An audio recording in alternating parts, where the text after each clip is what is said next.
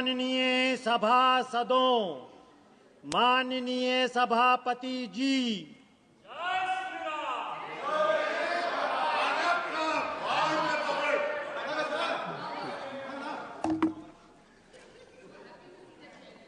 Thank you. Thank you.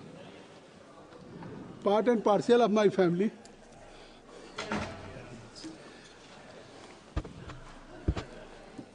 जिन माननीय सदस्यों को आज नियम 377 के अधीन मामलों को उठाने की अनुमति प्रदान की गई है, वो अपने मामलों को अनुमोदित पाठ के तुरंत व्यक्तिगत रूप से सभा पटल पर रखने की कृपा करें। श्री दयानिधि मारन जी। Sir, Vanakkam, sir. Bharga Tamil. Sir, the Union Budget 2025 had higher significance than the other annual budgets, as this was a full year budget of the NDA's third term, sir.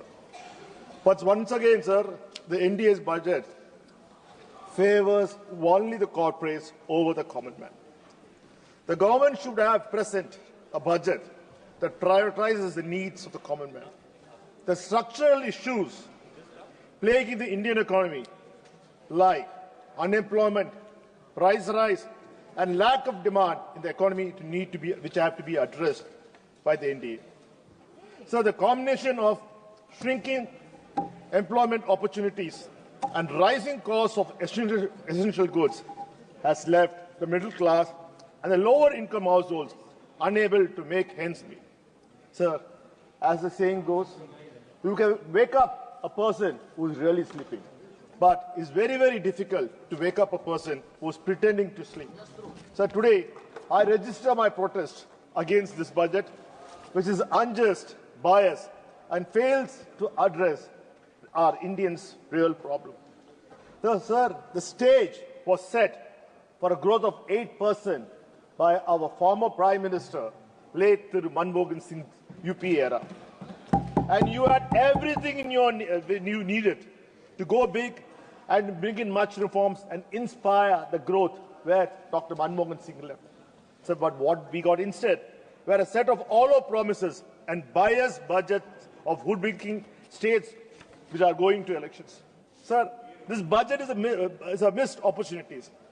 Sir, India's economy is slowing growth. The growth has now fixed at 6.4% in 2024-25, and this year it is projected at only 6.8%. And the budget does nothing for the growth. The rupee has fallen to 87.35 against the US dollars. And we won't believe, in just the month of January 2025, 8 billion in foreign investments have left India in the stock market. Shame! It's just a one-month story. So the rupee has fallen to historic low against the US dollar. So the finance minister, I thought she will be here, sir. As usual, she is bunking it. I don't know why she likes to bunk whenever the opposition raise the points. So anyway, it doesn't mean we'll also bunk when we'll boycott when she's replying, sir. So rupee has fallen to a historic low against the US dollar. When you were in the opposition, the same Mrs. Nirmala Sitharaman went on interviews and said the UPA government had to resign. When it was 68, said Abu Sulta, it's not even 86, it is 87.5. Do you want us to ask, or will you resign on your own? Sir, anyway, sir. But what will the finance minister say to us? You're wrong. Rupee is not getting weaker. Dollar is getting stronger. And we have to accept it. What does it mean? Sir, the food inflation has risen from 7.5% to 8.4% in 1 year. Sir, the common man, especially the middle class, is struggling with high prices and very low wages. The so-called tax relief benefits only 2.5 crore people at the most. That is hardly. कृपया आप खड़े मत रहें, कृपया बैठ के बात करिए। दिलकेश्वर जी, सदन में दिलेश्वर जी, कामत जी, ये क्या तरीका? Sir, the so-called tax relief, the the so-called tax relief benefits only 2.5 crore people. At the most, sir, it is only 1.75% of the population. While 98% of Indians face rising costs, this is intentionally done not to benefit the common man. So once again, sir, the BJP government focused on headline management instead of real fiscal management to attract the voters of Delhi, and they succeeded. They announced no tax on income up to 12 lakhs. They claim this will boost the restart economy. India has a population of 140 crores. Only 8 crore people, that is 5.7%, file income tax returns in 2023-24. These are the direct taxpayers. Out of them, 4.15 crore people earn less than 50,000 rupees a month.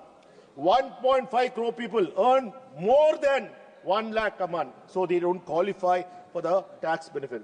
That leaves only 2.5 crore who may benefit in this, and which is 1.75% of the population. So this would help BJP win votes. And sir, this announcement was made publicly in Parliament, and our great election commission didn't even object to it. This populism method announced there, sir. When has the election commission been fair, sir? So the Delhi elections are over now. You have won. So at least now admit it. The budget headline grabbing move to raise the income tax exemption threshold of rupees 12 lakh is an attempt to placard small portion of Indian middle class who are living in cities and the opportunities are less, salaries are low, and rates are far apart. Sir, they may enjoy for a year or two. They'll be happy about the extra thousands in their pockets. But the alarming rate of inflation, especially on food and essentials, will catch up in 2 years if growth stagnates. This measure is a mere short-term economic sugar rush and not a sustainable solution. Sir, meanwhile, India's per capita income in 2022-23 was 1.7 lakh per year, or you can say 14,000 rupees per month. In rural India, it was even low. It was 85,000 per year, just 7,000 per month. The remaining 98.25% of Indians, of whom this 12 lakh income tax relief is a non-issue. They are the real Indians who have been ignored by this budget. Yes, they are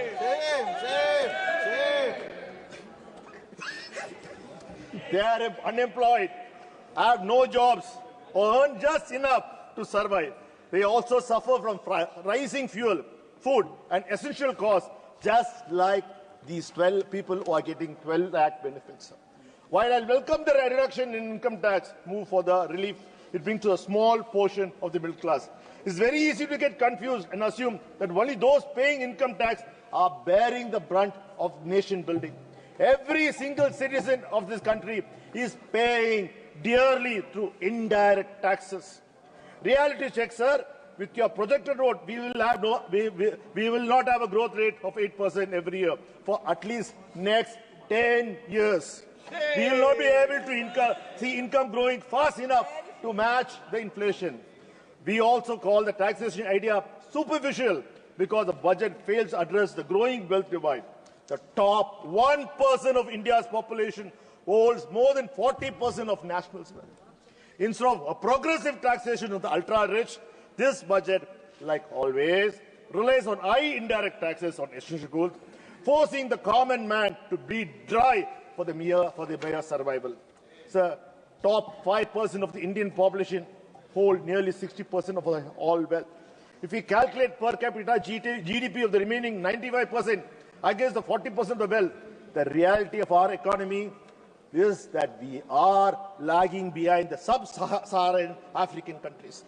Look at the incredible high fuel prices. Throughout the COVID time, the government made bumper profits of taxes and excise on fuel when the global markets were low. Sir, the total contribution of petroleum sector to your exchequer in 2019-20 was 5,55,370 crores. In 2020-21, it was 6,72,780 crores. In 21-22, it was 7,00,000 74,425 crores. In 2022-23, it was 7,48,718 crores. In 2023-24, it was 7,51,155.9 crores. Sir, the last 6 months alone, you have collected nearly 3,39,185.5 crores, which is a provisional amount. At least, sir, now, since you made huge profits in the price of petrol, especially with the Ukraine war, what did you do? You, first time in our country, we heard the terminology, windfall taxes.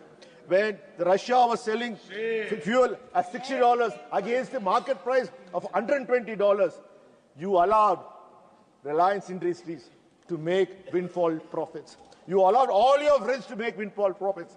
You could have passed the 50% price reduction to our poor Indians, which should have brought in growth. At least now, sir, with the crossing, the increasing inflation now, you have so much of money in your kitty, the name of excise and cess. Why don't you remove it and give it to a common man? Then 98% of the population will benefit out of this. Do it. Sir, but what have you done?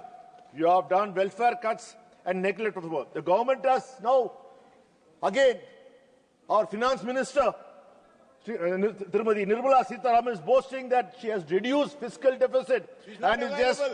She is never available. And she is always, it is between 4.5% of the GDP. Sir, at what cost have you reached this figure of curtailing the fiscal deficit? Sir, you have cut the Manrega funding, which remains stagnant at 86,000 crores, despite a record low of unemployment. Sir, SC/ST education funds are unchanged, making higher education for them unaffordable. Sir, food prices are increasing. The poor man is suffering. But what have you done? Food subsidy cut from 2,05,250 crores to 2,03,000 crores. Sir, Pradhan Mantri Awas Yojana slashed by 35%, affecting affordable housing. But you claim in the president's speech that you are going to build houses, 5 lakh houses, 10 lakh houses, sir. I wonder, with this fiscal cut, how are you going to manage to do that? Sir, Jal Jeevan Mission funding down to 67,000 crores, lower than spending the last 2 years. Sir, Honorable Chairman, sir, in 2019, you created a new ministry called Jal Shakti Ministry. Everyone wondered, what are you doing? Why are you renaming it? But you said, we are renaming it because we are going to interlink the rivers of India and ensure there's no drought, there's no flooding in any part of the country. Please, sir, give us a list. It's 11 years now. How many rivers have you interlinked? How many droughts have you stopped? How many floodings have you stopped? Yes, nothing. Zil, sir.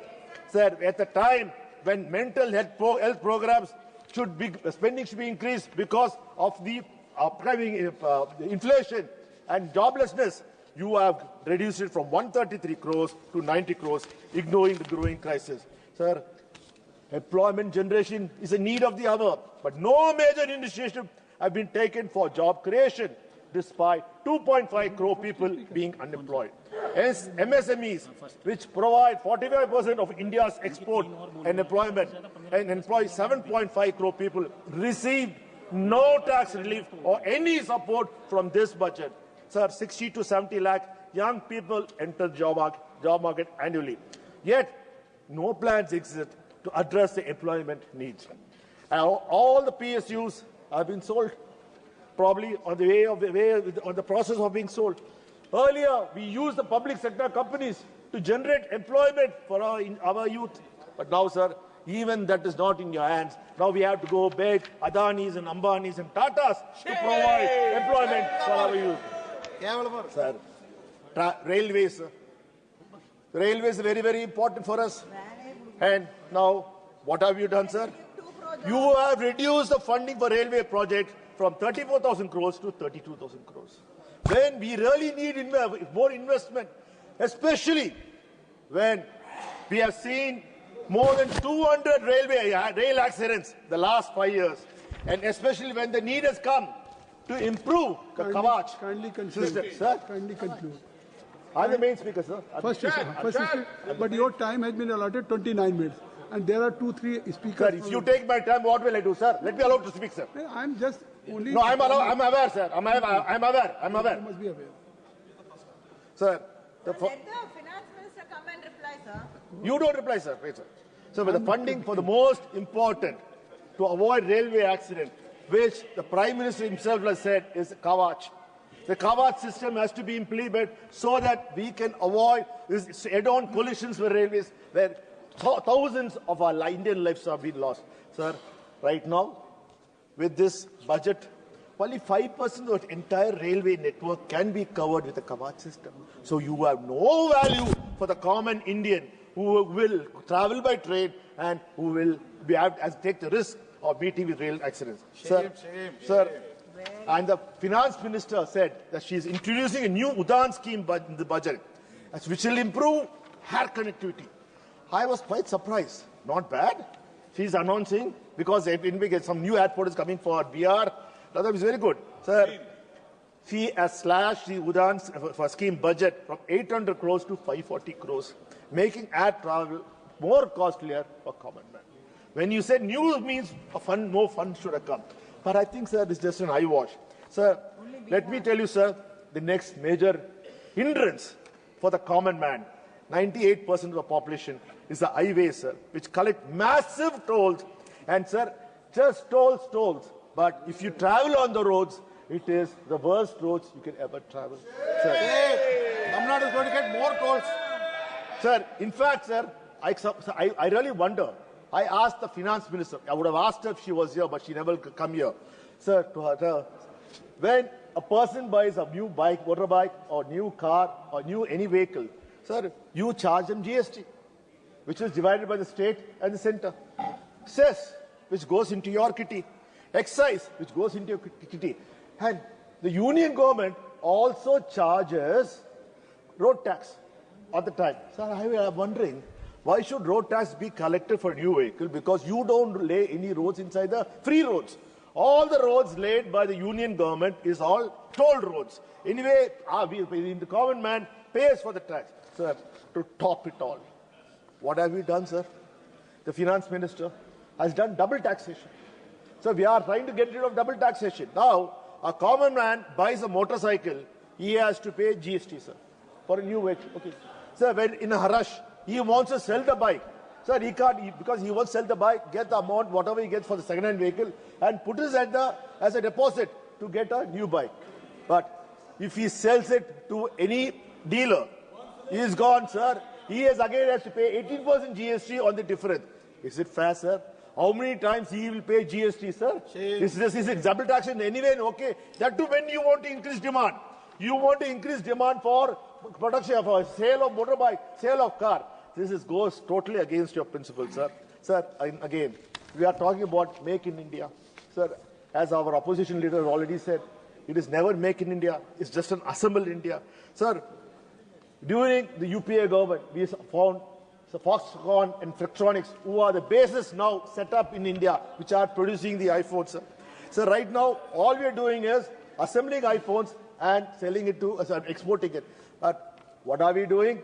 The union government is giving performance-linked incentive to every iPhone assembled in India, while as none of them are manufactured. So basically, a huge subsidy is going on the assembling of iPhones, sir.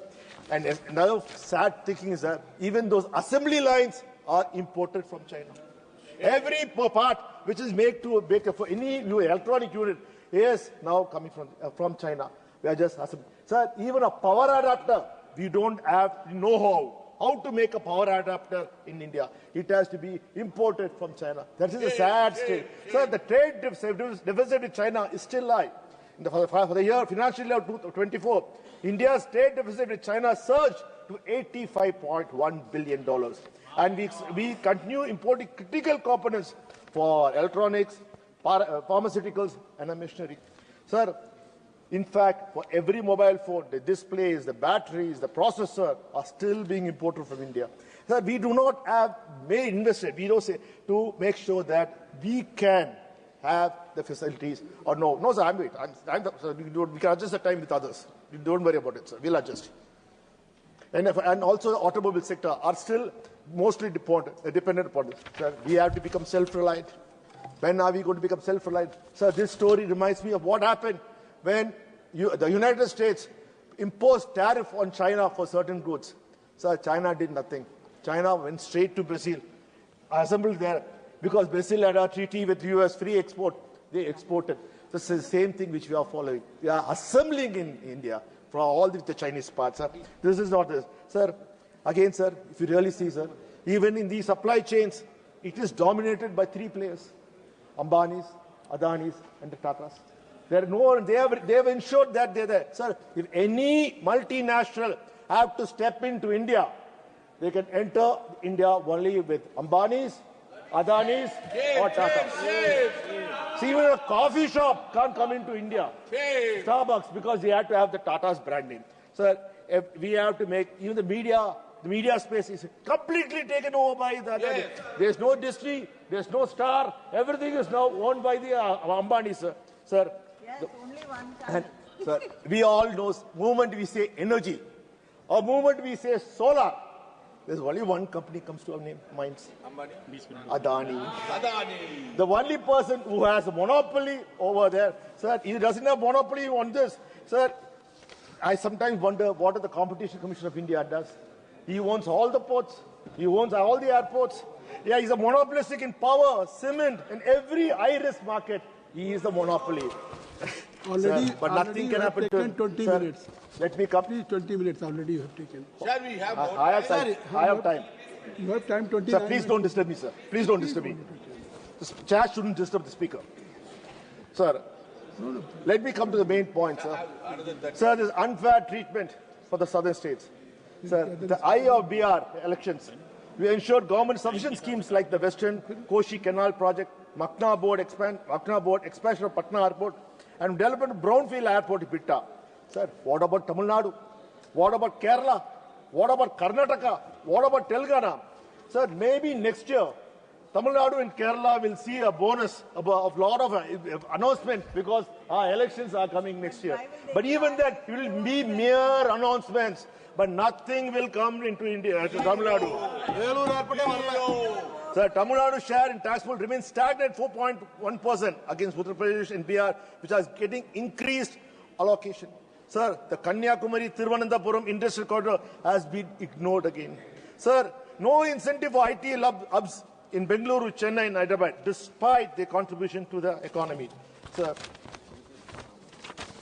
just last week, sir, the union government has taken away nearly 2,000 crores meant for Tamil Nadu students and divert to other states. Have we ever heard our union government punishing the students? Sir, we are very, very clear that we will never, ever accept three-language policy. My Chief Minister, Muthuvel Karunanidhi Stalin has said, you try whatever you want. Three-language policy will never come into Tamil Nadu. A three-language policy will never come into Tamil Nadu. And we will ensure our students are not deprived. They will be taken care with our own funds. Sir, today, the most successful states in India is Tamil Nadu. Because we follow the Dravidian model, sir. Last time, sir, the last session, sir, there were some statements made by our Honorable Finance Minister. We always say in Tamil, Vandare Varavikkum Tamil Nadu. We always are very nice to everyone. Sir, we are never against Hindi. We are only against Hindi imposition. Sir, I like to say, there's a statement made by R. Vijaya Shankar, who was a former editor of Frontline. He says very clearly that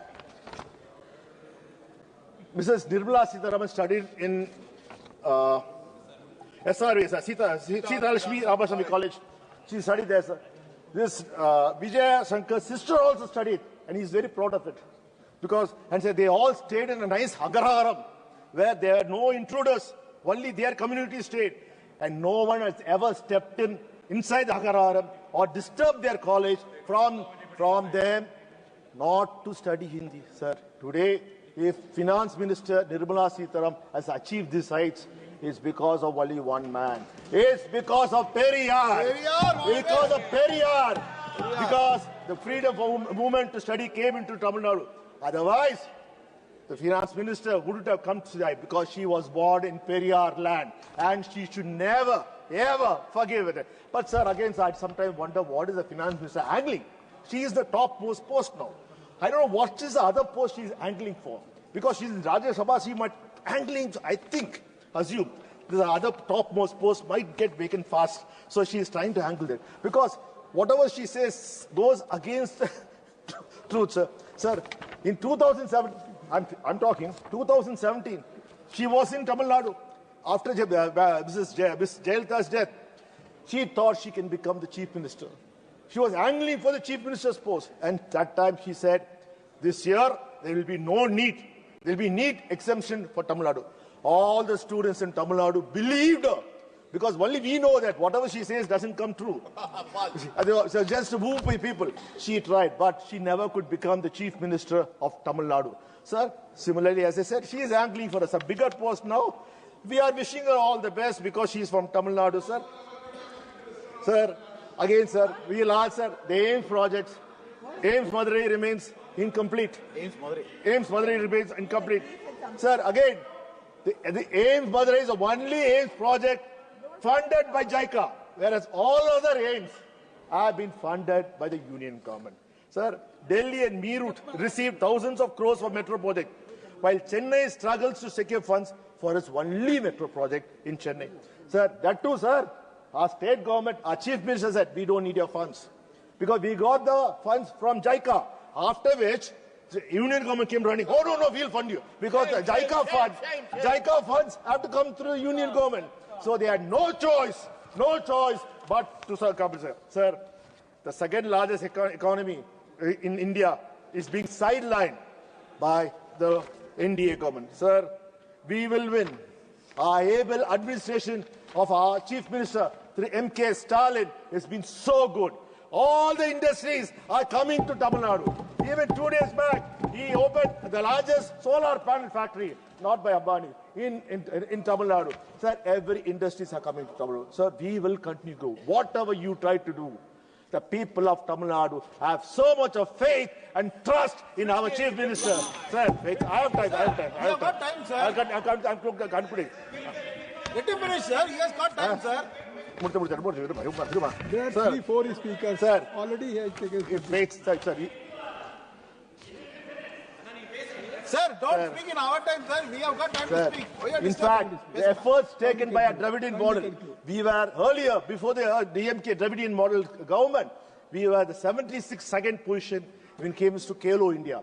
After our able leadership of our Deputy CM, Udayanithi Stalin, we are in number 2 place in Kelo India. This is the success of the Dravidian model. Sir, I would like to ask one of our MPs, who's an MP, sir, which is belonging to DMK party, had a recent issue with the bank. Sir, for not maintaining a minimum amount of 25,000 rupees, he was charged. Nearly 9,000 rupees was penalized. He wrote a letter. He wrote a letter. It was auto-debited. When he made a claim, sir, he wrote a letter. 9,000 rupees was refunded to the MP. Wow, but it's not more. We are upset. Because he's a member of parliament, he got his money. But sir, only the public sector banks alone have collected 8,500 crores for not maintaining minimum balance. Sir, is this the way to be done? I asked the finance minister. The banks are making enough money. They are taking our money and lending the money and making money. But will they ever refund or give us any money, penalty money, if when you go to the ATM and we try to withdraw money and there's no money in the ATMs, will the banks be penalized? Will the money be given to the person who was desperate to take money, sir? Sir, there's one more last conclusion. Sir, let me tell you. I'm talking about you. Sir, let me tell you, sir. In a credit card, if you buy a flight ticket. Sir, I'm the main speaker. Please.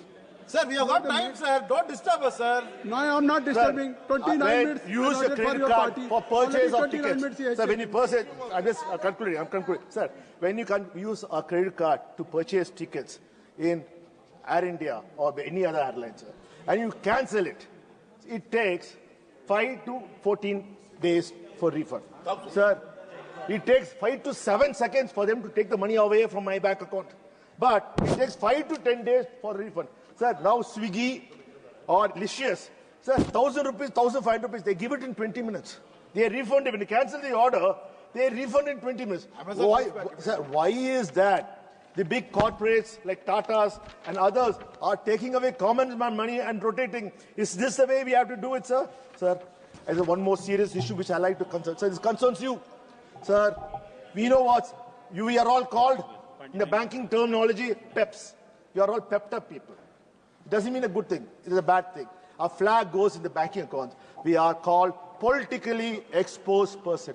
That means any transaction we do or comes Your party time is over. 29 minutes. No, sir, we are more. We are 50 minutes.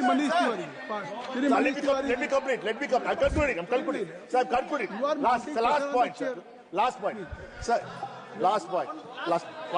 Sir, we are the lawmakers. Please, sir, please move. We are the lawmakers. We make laws. We pass the finance bill. But when it comes to banking industry, we are called politically exposed person. Our flag is raised. No loans are given to us. Sir, no credit cards are given to us. They come and tell us, don't take a credit card. Take a debit card. It's good for you. Sir, this should change. Why should the lawmakers be penalized? Sir, it's not only for you. It's not for you.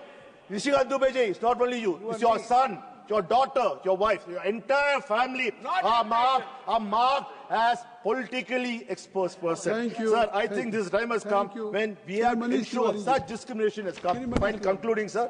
Conclusion, sir. This budget, concluding, sir. Last, sir. This budget only favors the corporates. This budget is anti-people. This budget is anti-Tamil Nadu, anti-Kerala, anti-Karnataka, anti-Adal, against the Indian population, 98% of the population.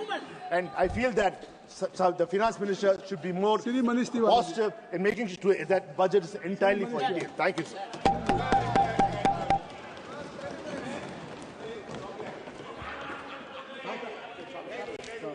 सभापति महोदय, आर्थिक और सामरिक दर्शन शास्त्र के दृष्टिकोण से 20वीं सदी के 5 बड़े विचार रहे। सबसे पहला, जब 1933 में अमेरिका में महामंदी आई तो तत्कालीन जो अमेरिका के राष्ट्रपति थे फ्रैंकलिन रूजवेल्ट, उन्होंने एक नए डील की घोषणा की, इसे अंग्रेजी में न्यू डील कहते हैं। दूसरा बड़ा आर्थिक और सामरिक विचार था दूसरे महायुद्ध के बाद यूरोप के पुनर्निर्माण के लिए मार्शल प्लान की घोषणा। तीसरा जो बड़ा आर्थिक और सामरिक विचार था वो जापान के ऊपर जब एटॉमिक बम का प्रयोग किया गया और जापान पूरी तरह से तहस नहस हो गया तो उसके पुनर्निर्माण के लिए एक मैकॉथर प्लान बना। उसी तरह से 1978 में जब डेंग शाओपिंग चीन के सर्वा नेता बने तो उन्होंने साम्यवाद की परिभाषा बदल दी। उन्होंने कहा कि it is glorious to be rich, कि अमीर बनना एक बहुत प्रभावशाली बात है। और 78 में चाइनीज कम्युनिस्ट पार्टी के तीसरे प्लेनम को संबोधित करते हुए उन्होंने ये कहा कि it does not matter whether a cat is black और white as long as it catches mice. फिर 1991 आया जब भूतपूर्व प्रधानमंत्री डॉक्टर मनमोहन सिंह के नेतृत्व में, वो देश के वित्त मंत्री थे, भारत की अर्थव्यवस्था का उदारीकरण और वैश्वीकरण हुआ। और ये बहुत ही दुर्भाग्यपूर्ण बात है कि पिछले 10 वर्ष का जो एनडीए भाजपा का शासन रहा है उसका सिर्फ एक बड़ा विचार था और वो विचार का नाम था नोटबंदी या नोट बदली। और जितने उद्देश्य उस नोटबंदी के लिए लोगों के समक्ष रखे गए थे, उनमें से एक भी पूरा नहीं हो सका। और आज 24 जनवरी 2025 को भारत की अर्थव्यवस्था में जो कैश इन सर्कुलेशन है वो 35.99 लाख करोड़ है। आपको याद होगा 16.99 लाख करोड़ डिमोनेटाइज किया गया था, लोगों को कतारों में खड़ा किया गया था, कई लोग उन कतारों में खड़े खड़े मर गए। और आज 8 साल बाद उसी अर्थव्यवस्था में जो कैश वो 35.99 लाख करोड़ है। ये इस सरकार की पिछले 10 वर्ष की सबसे बड़ी उपलब्धि रही। अब मैं आता हूं कॉर्पोरेट इनकम टैक्स रिबेट पर। सभापति महोदय, आपको याद होगा, आप तो इसी सदन के सदस्य थे पिछली बारी। वर्ष 2019-20 में वित्त मंत्री कई छोटे छोटे बजट लेके आई थी, एक के बाद एक के बाद एक। और उसमें जो भारत के पूंजीपति थे उनको जो कॉर्पोरेट आयकर है उसमें बहुत बड़ी छूट दी गई थी। आयकर की दर घटाकर 22% और कई कंपनीज के लिए 15% कर दी गई थी। संसद की एस्टिमेट्स कमेटी का अनुमान है कि पहले 2 वर्ष में भारत के राजस्व का 1.84 लाख करोड़ रुपए का नुकसान हुआ था, घाटा हुआ था, वो कॉर्पोरेट टैक्स रिबेट की वजह से। पर जो अर्थव्यवस्था का चक्का है वो नहीं घूमा।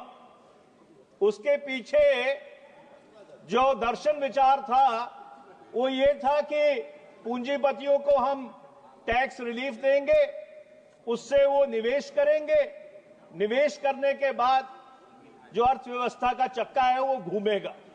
पर वो चक्का नहीं घूमा। जो निजी निवेश है वो भारत की अर्थव्यवस्था में नहीं हुआ। और इसके कारण जो सरकार है उसको पिछले 5 वर्ष से गवर्नमेंट कैपिटल एक्सपेंडिचर से इस देश की अर्थव्यवस्था को चलाने की कोशिश करनी पड़ी। वित्तीय वर्ष 22-23 में 35% गवर्नमेंट कैपिटल एक्सपेंडिचर बढ़ाया गया, 5.54 लाख करोड़ का। वर्ष 23 में 35% फिर बढ़ाया गया, 7.5 लाख करोड़। वर्ष 24 में फिर बढ़ाया गया 37.4%, 10 लाख करोड़। वर्ष 25 में 11.1% फिर बढ़ाया गया, 11.11 लाख करोड़। और आपके वर्ष 26 में अनुमान है कि इसको 11.21 लाख करोड़ किया जाएगा। पर दुर्भाग्यपूर्ण बात यह है, जो गवर्नमेंट का कैपिटल एक्सपेंडिचर का लक्ष्य था पिछले वर्ष, वो सिर्फ 92% पूरा हो सका, सिर्फ 10.18 लाख करोड़ रुपया लगा। इसलिए हर अर्थशास्त्री ने उस समय एक ही बात कही थी कि आप ये पूंजीपतियों को पैसा मत दीजिए, आप भारत की जनता के जेब में पैसा डालिए। पर सरकार के कान के ऊपर जू नहीं रहेंगी। और 5 साल वो तजर्बा विफल होने के बाद, पूरी तरह से धराशायी होने के बाद, इस बारी इन्होंने ऐलान किया कि हम जो आयकरदाता हैं उनको आयकर में रियायत देंगे। तो देर आए दुरुस्त आए।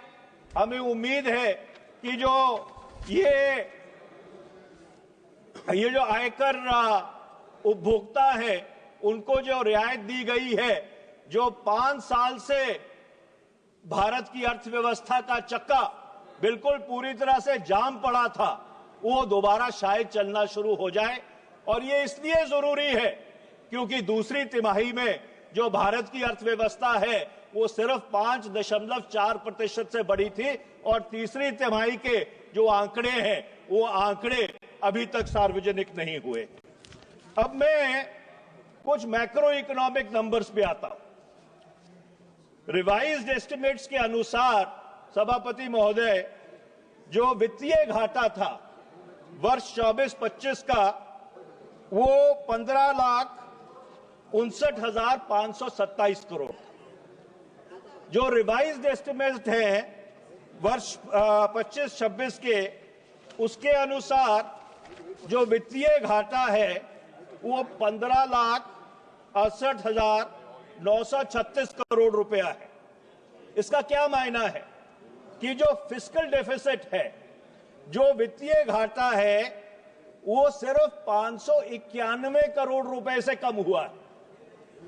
और जब आप इस वित्तीय घाटे को गवर्नमेंट के बोरोइंग्स के संदर्भ में देखते हैं तो वर्ष 24-25 के जो रिवाइज्ड एस्टिमेट है उसके अनुसार सरकार ने 11,62,678 करोड़ रुपया मार्केट से खर्चा ऋण उठाया था अपना खर्चा चलाने के लिए।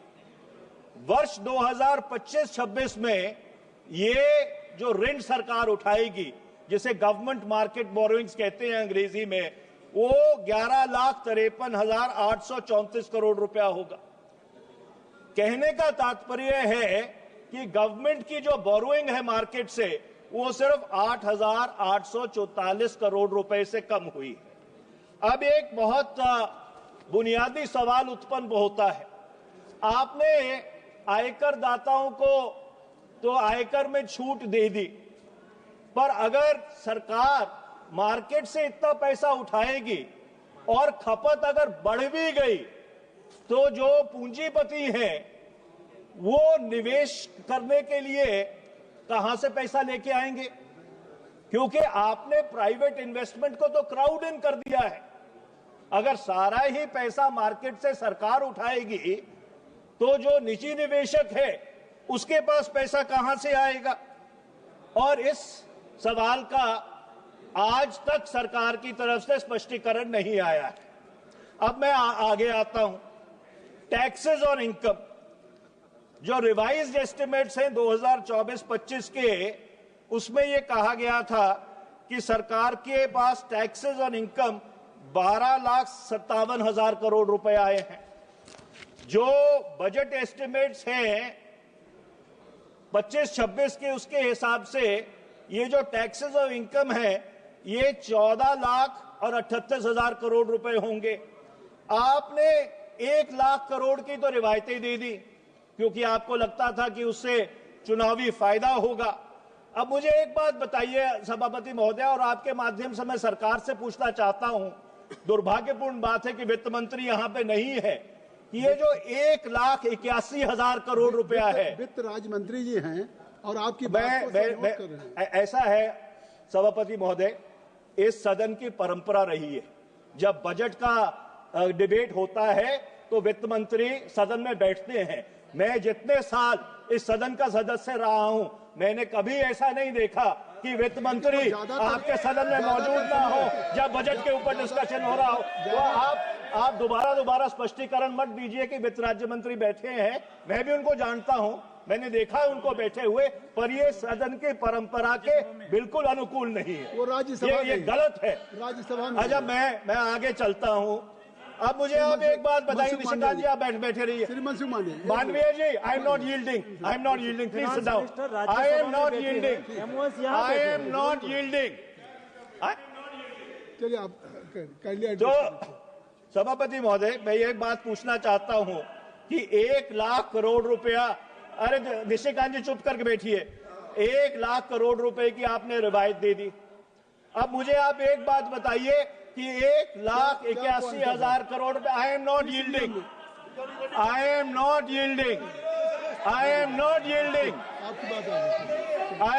यील्डिंग, सभापति महोदय, मुझे एक बात बताइए कि 1,81,000 करोड़ रुपया जो आपने अनुमानित किया है कि टैक्सेस ऑन इनकम बढ़ेंगे, वो कहां से आएगा? सभापति महोदय इधर देखिए, सभापति महोदय इधर देखिए, उनको बिठाइए। एक मिनट, नहीं, नियमों में व्यवस्था प्रश्न मांगा है। मैं चेयर दे रहा हूँ। Article 75 constitution of India. एक मिनट बैठ जाए, एक मिनट बताइए। आर्टिकल 75 कॉन्स्टिट्यूशन ऑफ इंडिया वो ये कहता है कि काउंसिल ऑफ मिनिस्टर जो है वो सभी चीज का जिम्मेवार है। बार बार ये अपोजिशन हमारे वित्त मंत्री के ऊपर जो क्वेश्चन उठा रहा है, वो खुद वकील है, वो गलत बयानी कर रहे हैं सर। उनको कहिए कि इस तरह की बातें नहीं कहें। सभापति महोदय, शायद हमारे मित्र नशिकांत दुबे जी इस बात को तो मानेंगे कि मैंने संविधान शायद थोड़ा सा उनसे ज्यादा पढ़ा हुआ है। मैंने परंपरा की बात की थी, मैंने संविधान की बात नहीं की थी। तो मैं आपसे ये आपके समक्ष ये बात रख रहा था कि वित्तीय वर्ष 24-25 में सरकार ये कहती है कि उनके पास जो राजस्व आया, टैक्सेस और इनकम, 12,57,000 करोड़ रुपए आया। उनका अनुमान है कि 25-26 में ये 14,38,000 करोड़ रुपए आएगा। आपने 1 लाख करोड़ रुपए की तो करदाताओं को रियायत दे दी। अब मुझे आप एक बात बताइए, और मैं आपके माध्यम से सरकार से पूछना चाहता हूं, ये 1,81,000 करोड़ रुपया कहां से आएगा? इसका कोई जस्टिफिकेशन नहीं, इसका कोई स्पष्टीकरण नहीं है, इसका कोई अनुमोदन नहीं है बजट में कि 1,81,000 करोड़ रुपया कहां से आएगा। अब मैं वित्तीय घाटे पे आता हूं। सरकार ने बहुत ही चतुराई से, बहुत ही अद्भुत तरीके से इस बारी में जो फिस्कल डेफिसिट के वित्तीय घाटे के मापदंड है वो बदल दिए। एब्सोल्यूट फिस्कल टारगेट से इन्होंने डेट टू जीडीपी रेशो पे आ गए। पर मैं आपसे ये पूछना चाहता हूं कि 31 मार्च 2014 को इस भारत सरकार के ऊपर 55,87,149.33 करोड़ रुपए का कर्जा था। 31 मार्च 2026 को वो कर्जा बढ़कर 196,78,772.62 करोड़ हो जाएगा।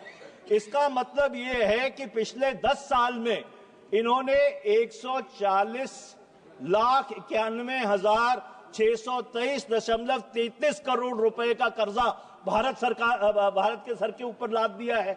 वो कर्जा कौन चुकता करेगा? जो आने वाली हमारी पीढ़ियां हैं, आने वाली पीढ़ियों के ऊपर you have created an intergenerational debt by putting this burden on the coming generations that they will have to service the debt which is being created by this government. 200 lakh crore रुपया या 196 लाख करोड़ रुपया कम कर्जा नहीं होता। अब मैं कृषि पे आ जाता हूं। अध्यक्ष महोदय, सभापति महोदय, ये सरकार ने कहा कि 2017 से 22 तक, मेरे को आप 2-3 मिनट और देंगे और मैं कंक्लूड करूंगा। 2017 से 22 तक भारत का जो कृषि क्षेत्र है वो 5% से बढ़ा। 22-23 में उसकी वृद्धि दर गिर के 1.4% हो गई।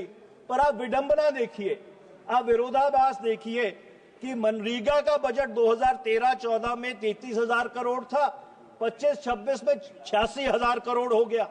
मनरेगा के परसेंटेज 2013-14 में 220.22 करोड़ परसेंटेज थे और 2023-24 में बढ़कर ये 3.8 करोड़ परसेंटेज हो गए। अब मैं ये आपसे पूछना चाहता हूं सभापति महोदय, आपके माध्यम से सरकार से पूछना चाहता हूं, अगर भारत का कृषि क्षेत्र 5% से बढ़ रहा था तो फिर ये मनरेगा बजट तिगुना कैसे हो गया? मनरेगा के परसेंटेज दुगने कैसे हो गए?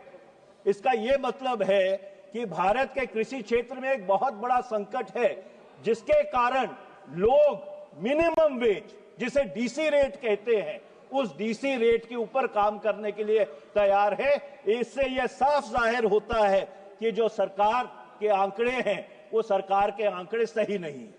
मैं अपनी पेनल्टीमेट बात ये कहता हूं, किसी भी अर्थव्यवस्था के 5 मूलभूत आधार होते हैं: बचत, खपत, निवेश, उत्पादन और रोजगार। अब मैं आपको एक तुलनात्मक आंकड़े देता हूं। जो सेविंग्स टू जीडीपी रेशियो है 2013-14 में 34% था, जब ये पॉलिसी पैरालिसिस की बात करते थे कि यूपीए सरकार को लकवा मार गया। 2023-24 में कितना है? 31%। जो प्राइवेट फाइनेंशियल कंजम्पशन एक्सपेंडिचर है 2011-12 की प्राइसेस में 2-3 मिनट और लूंगा, 2013-14 में ये 60% था। 2024-25 में जो फर्स्ट एडवांस एस्टिमेट्स है वो 56.3% है। इन्वेस्टमेंट टू जीडीपी रेशियो 2013-14 में 33.8% था, 2023-24 में गिरकर 29.6% रह गया है। Share of manufacturing in GDP, सरकार ने कहा था कि 25% जीडीपी में